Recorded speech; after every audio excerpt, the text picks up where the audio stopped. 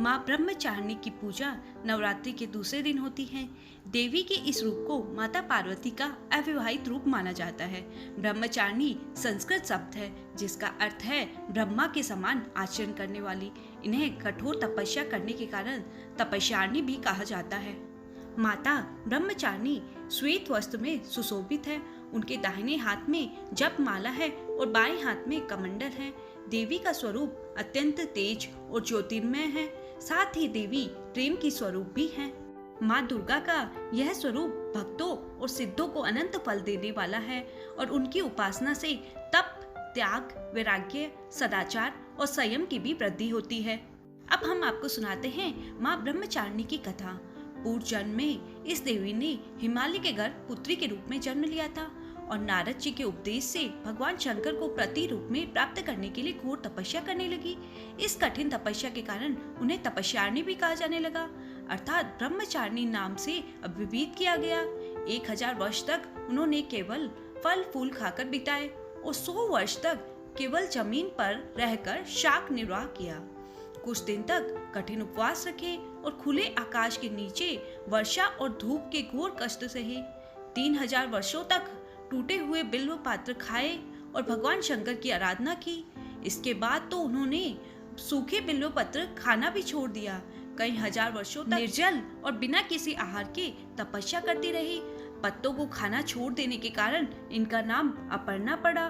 कठिन तपस्या के कारण देवी का शरीर एकदम क्षीण हो गया। देवता, ऋषि, सिद्धिगण, मुनि और सभी ने ब्रह्मचारी की तपस्या को अभूतपूर्व पुण्य कृत्य बताया, सराहना की और कहा कि हे देवी, आज तक किसी ने इस तरह की कठोर तपस्या नहीं की। यह तुम्ही से ही संभव है। तुम्हारी मनोकामनाएं पूर्ण हो और भगवान चंद्रमिल शिव जी तुम्हें पति के रूप में प्राप्त होंगे। जब तपस्या छोड़कर घर लौट जाओ, जल्द ही तुम्हारे पिता तुम्हें बुलाने आएंगे। इस देवी की कथा का सार यह है कि जीवन के कठिन संघर्षों में भी मन को विचलित नहीं होना चाहिए। माँ ब्रह्मचारिणी देवी की कृपा से सर्व सिद्धि प्राप्त होती है। दुर्गा पूजा के दूसरे दिन देवी के इस स्वरूप की उपासना की जाती है। माँ की इस कथा का सार यह है कि जीवन में कठिन संघर्षों में भी मन विचलित नहीं होना चाहिए, तब ही आप अपने लक्ष्य को प्राप्त कर पाएंगे। नवरात्रि के दूसरे दिन माता के ब्रह्मचारिणी की पूजा बड़ी विधि विधान से की जाती है। माता के इस रूप की पूजा करने से भक्तों को कई प्रकार के लाभ होते हैं तथा भक्तों के मन के अंदर शांति बनी रहती है और मन प्रसन्न रहता है। आप भी इसी तरह माता ब्रह्मचारिणी की विधि विधान से पूजा करें और माता को भोग लगाएं और पूजा के साथ साथ आप माता ब्रह्मचारिणी के मंत्रों का भी उच्चारण करें।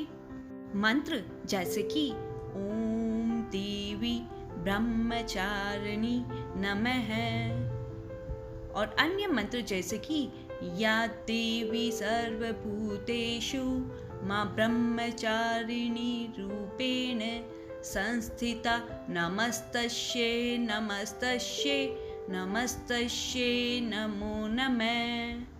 उपरोक्त सभी मंत्रों का जाप करने से हमें उम्मीद है कि आपका नवरात्रि का दूसरा दिन बहुत अधिक विशेष और मंगलमय होगा और देवी ब्रह्मचारिणी की कृपा आपके ऊपर सदैव बनी रहेगी।